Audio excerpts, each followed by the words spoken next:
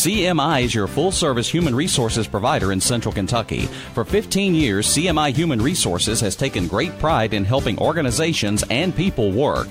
Whether it's employee handbooks or help in filling a position, no job is too large or too small for CMI. Contact the professionals today at CMI Human Resources, 859-296-2800, or online at cmiconsulting.com. Welcome to Hope is Here. My name is Greg Horn. We're continuing our conversation with Christina. Like a lot of people in our culture, myself included, unfortunately went through a divorce, but there are a lot of things that led up to that. Not really having a personal relationship with God, but yet she attended church as a kid, and then she got away from God after a failed relationship, not a marriage, and was involved with a guy that wasn't a follower of Jesus, and they dated forever, and then through more grief in her life, she winded up just saying, hey, he said, hey, let's get married, and she said, that sounds good, and we've all made decisions like that, some for even lesser reasons, and so anyway, was in just a brutal marriage, and in fact, to the point she was suicidal with all the grief she brought into the marriage from other things in her life.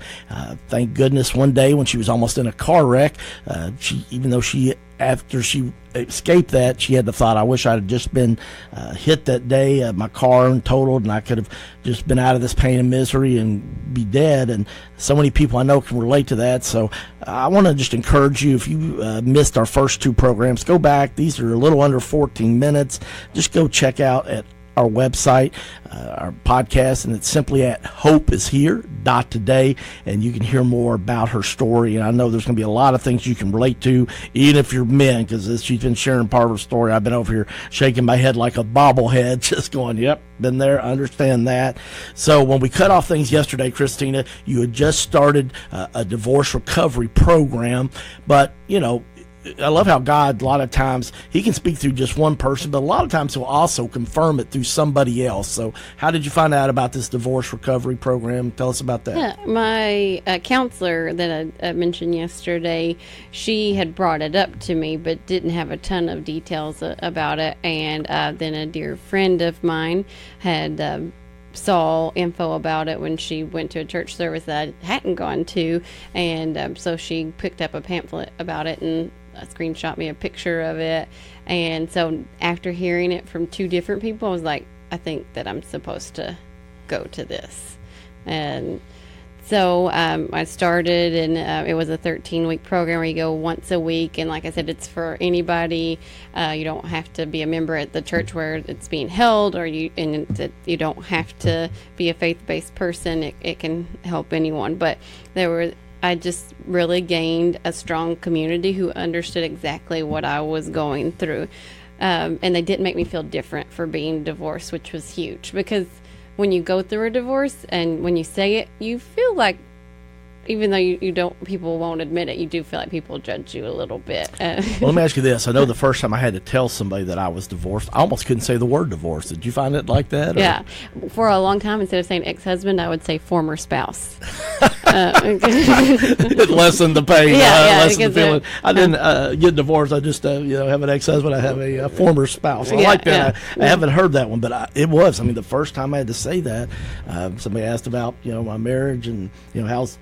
I mentioned her name, and I just was like, we're divorced, and then they were like, I'm so sorry, because they could tell. So I can relate to that completely. But so you go through the divorce care, and I know there's people listening out there, and they're going, wow, 13 weeks, but I've got a feeling if it was like it was for me when I went through, and what I went through wasn't quite that long, but actually after about the third week, the first 2 weeks, I was a nervous wreck, but I looked forward to it because, once again, I was getting healing. Mm-hmm, absolutely. And I was not only getting over the end of my marriage, but I was also realizing that I was dealing with the college breakup I told you a couple of days ago about. So the program helped me to realize that the longer I carried all of that junk around with me, the heavier it became. And it helped me to realize how I got to where I had ended up. I think that's huge. The longer you say that part you said again about the longer you carry your junk or your burden around, the heavier it becomes. So why did I do it? But we all do. Yeah. And yet that's why we do this show, because some people are feeling so heavy right now. And I'm telling you what Christina just shared with you, it's huge.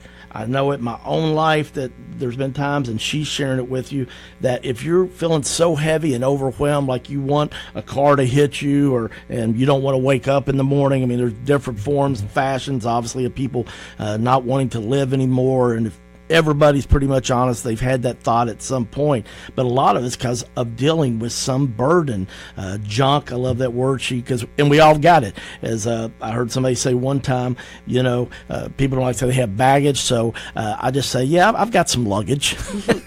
Like that's a classier way of saying it.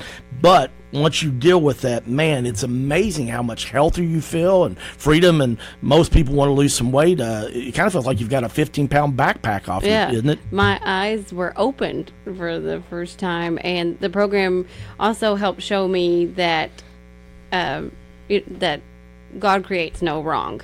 This was not His design for the world. We live in a fallen world, so that's why I had lost my grandparents and faced the grief. That's why my ex-boyfriend was unfaithful to me. That's why my marriage fell apart, because it was not God. It was the fallen world. But God was there every step of the way, right there with me, waiting on me to come back. With open arms. Yeah, He had open arms and received me right away. And so that helped me to start dealing with the anger that I had for God, and which was, where I felt everything all started.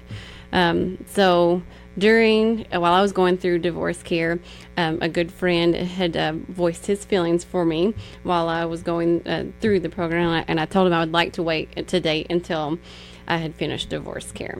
All right. I think a couple of huge points you brought here, and I apologize for interrupting you, but okay. A couple of things that I think are huge here for people. Number one, okay, she dealt with her junk, all right, and did that. And if you're looking at getting in a relationship, or you're in a relationship and you haven't dealt with your junk, your baggage, your luggage, your hurts, your wounds, whatever word you want to call it, I'm begging you to do what Christina did. Get some help. Talk to somebody about it, okay? Because you're going to have to deal with it sooner or later. And you don't need to be like Christina has been, many, many others, myself included, that everybody brings stuff into it, but the lighter it is, the lesser it is, the better chance your marriage has to be successful. And I want to make sure from the last program you may hear, well, gosh, you went through a divorce, and God hates divorce, and God does hate divorce, but He doesn't hate divorced people. Absolutely. Okay, you heard her just basically say, "Amen." Yeah, it's absolutely amen. All right. Yeah. What God hates divorce is because what it does to people and the pain and hurt, and I think that's one of the most freeing recovering things for me in the healing process, Christina, is to find out that even though, yes, unfortunately, yes, you have to admit you went through a divorce, it's not that God hates you, it's just He hates what it does to people. And you found out through this process and this recovery program that God really did love you. Oh, He loves me so much. And hurt people hurt other people. And I was a hurt person, and I was hurting others. I hurt my family, I hurt my friends, I hurt my ex-husband, aka former spouse. Yes, that's right. I hurt like his that. family. I hurt everybody in my path. I was on a destruction zone, and I was hurting others because I hadn't dealt with my hurt. And going through counseling and the divorce recovery program helped me to deal with that, so that I could eventually carry on in relationships with other people. That's so huge, and I've heard that all my life, but man, it just the way you said it, Christina, and how you show your story. Hurting people hurt other people. And you may be working with somebody right now, a coworker, that you're like, man, what is their deal? They're just so mad and angry all the time. Well, you know what? Maybe it's because of some stuff that you're sharing with. Yeah, they're dealing with some junk. Got some junk. And so I want to encourage you today, just start praying for them, okay? Love them where they're at. and then maybe someday simply just over a cup of coffee or something, just say, hey, are you okay?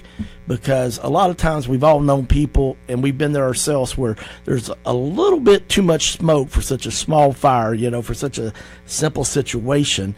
But it's the pain from other things in people's lives that maybe they're bringing out in other situations, especially in the workplace. Have you found that to be true, Christina? Yeah, you might have to pray, God, put love in my heart for this person, because I can't do it. So you're going to have to step in and do this for me, because I don't have this on my own. Well, and that's true. It is.